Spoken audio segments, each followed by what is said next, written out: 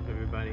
So quick vlog video to start off before I jump into like my 1 month analysis of Boost Mobile, basically. But we're having lunch right now. I don't think she wants to be on camera because I was gonna flip the camera around and just show her, but I guess that's not gonna happen. Should I? Should I? She's smiling. She's probably recording me, aren't you? You are, huh? Anyway, so we're gonna be out and about, roaming around, and I figured, I'll just tell you guys my analysis of this in a vlog style. So we're at Olive Garden right now. I'm waiting for my ravioli. Hashtag ravioli gang. She doesn't like when I say that. So, anyways, yeah. So let's get it going. All right. So before I get into my spiel about being with Boost Mobile for a month and how the service was, look, I gotta say something because I'm one person that speaks my mind, and I know that lady didn't appreciate, what I had to say, but I'm gonna say it to the world. Look, today we live in a very tough time. People are very divided. People are wanting to convey how they feel about things. People want people to care about them. Look, I have no problem with people out there. Whatever you believe in is what you believe in. That's your God-given right to believe in what you believe in. But today, with the way and how messed up the world is right now, and all the things that we have to deal with, the last thing a person in customer service needs to deal with is a snobby person with a very bad attitude. I will say that right now. So remember, when you're going in to dine in at a restaurant, these restaurants don't have to be open. They don't have to. They don't have to be open to cook food for you, okay? You could cook food for yourself at home. You can go buy groceries, go home, and make you your own food. They don't have to be open, but they choose to be open for those people who, would love to just get out and have a nice meal and a nice time out instead of being cooped up in their homes. They're here putting their health on the line. So please don't be snobby to waiters, to waitresses, to hostess. Don't. There's no need for it. I don't care if you live in the good side of your city. That's you're living well off, you're making decent money, you're living comfortably. That doesn't give you the right to be snobby or rude to anybody. I'm just saying, straight out facts. I'm just saying, I don't care if you don't like me after this for what I have to say. I'm just saying it straight, and I'm not standing up for like a specific agenda. I'm just saying, as a human being, there is no reason to that calls for you to act like a total snob towards anyone in the food service industry, okay? Especially to the woman who was a waitress for them and was also my waitress. She was very polite, very kind, very on top of everything. Came out there and just made sure that everything was good and that we were pleasant and happy with our food and service we were getting. And she was the same way with them. And it was uncalled for the way that they acted, but I just had to vent this out. So, anyways, yeah. On to my thoughts with Boost Mobile. Okay, so my time with Boost Mobile recently, and this is Boost Mobile with the expanded network, which means that I had the TN SIM card, T-Mobile Network SIM card. So it was a little bit of a weird experience because initially when the account was set up, it was still on, well, T-Mobile still had Boost Mobile. So Boost Mobile was hanging out in limbo.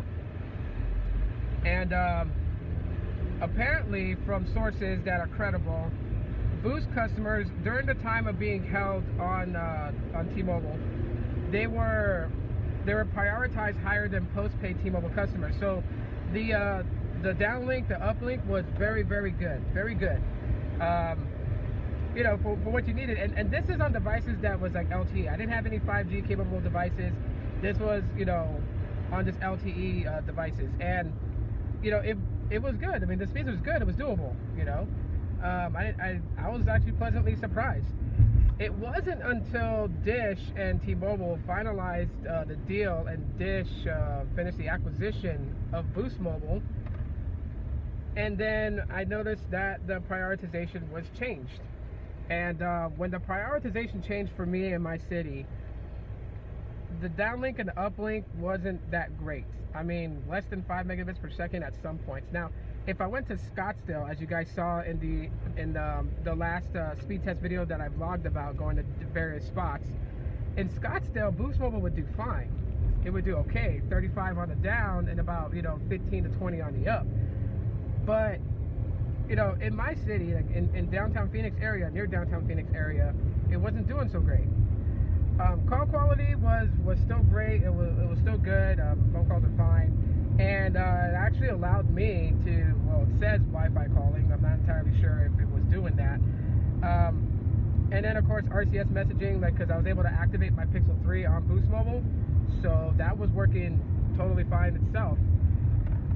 Then you also have other things with Boost Mobile too as well, like Boost Perks. So they have their own, you get perks for being a Boost Mobile customer. And I looked through some of the stuff, signed up for it, and opened the app, looked through it to kind of see like what kind of things you get. It's got good stuff, deals on hotel stays, deals on food restaurants, deals on things like that. Nice to have a bit of rewards. Looking at some of the things that Boost Mobile offers, like the ability to finance a device. Don't mind the air conditioner clicking. But those are just some of the subtle things that you can appreciate being a Boost Mobile customer. The one thing that I'm actually quite happy that Boost Mobile is doing is that they're going to be compatible with most unlocked devices, okay? So not international devices, so you can't go buy a device directly from South Korea, bring it back to the US, and then expect it to be like fully capable or actually completely compatible. Because if it doesn't support the LTE bands that we have here, then it's not going to function. But seeing that the fact is that they're going to start allowing a lot of unlocked devices on Boost Mobile is actually pretty good. And the fact that I was able to activate a Pixel 3a, and I was getting confirmation from other people who were saying that they were able to like activate their Pixel 2 XL on Boost Mobile, that's actually pretty good. Because that was one of the things that I kind of left Boost Mobile for. Besides some of the ups and downs that I had with customer service, the fact that I wasn't going to be able to activate my Pixel 3 that I had back in the day, that was kind of a deal breaker for me. That was just like, I got a phone here that I really like and I really want to use, and it's not going to allow me to activate it on their network, so I had to go somewhere else with it.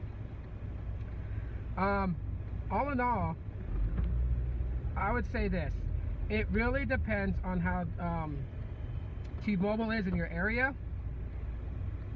But it's going to take some time before Boost Mobile builds a good reputation. I do think that they have the ability to do very good in the future.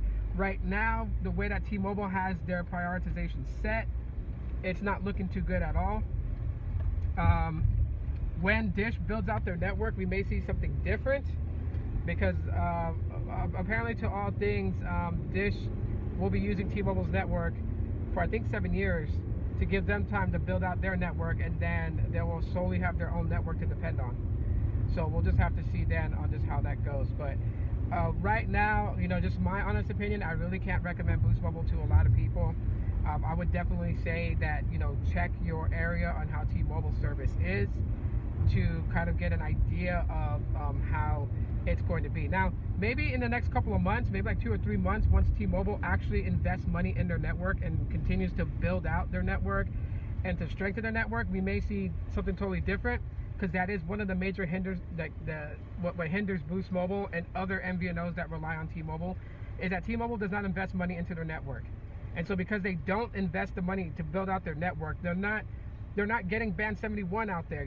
They still have yet to expand that spectrum out here, and like not out here, but just in most places. Like T-Mobile is just spending money in the wrong places. I mean, doing the scam call protection thing or whatever. I mean, yeah, that's nice and everything like that, but they lack only because they refuse to put money into their network. That is just the main problem. They refuse to build out their network, and that's the reason why, like, some places T-Mobile's so great, and you get all these people that's like, T-Mobile's the best I ever had, and then I gotta sit there and say, well, it's not that great here in Phoenix area. In Scottsdale, it's actually pretty good. In some parts of Tempe, it's actually really good, but like where I live at, T-Mobile's like horrible. So, and that's my findings, and anyone can get mad at that, but that's just my findings. So, I would say at least wait maybe like 3 or 4 months. And hopefully T-Mobile gets smart and builds out their network. So anyways, let me know what you guys think in the comment section of the video. Smash that like button if you guys enjoyed today's video. that's it for right now. So I'm gonna take care of the rest of the day, and yeah, you guys have a great one. And as always, aloha.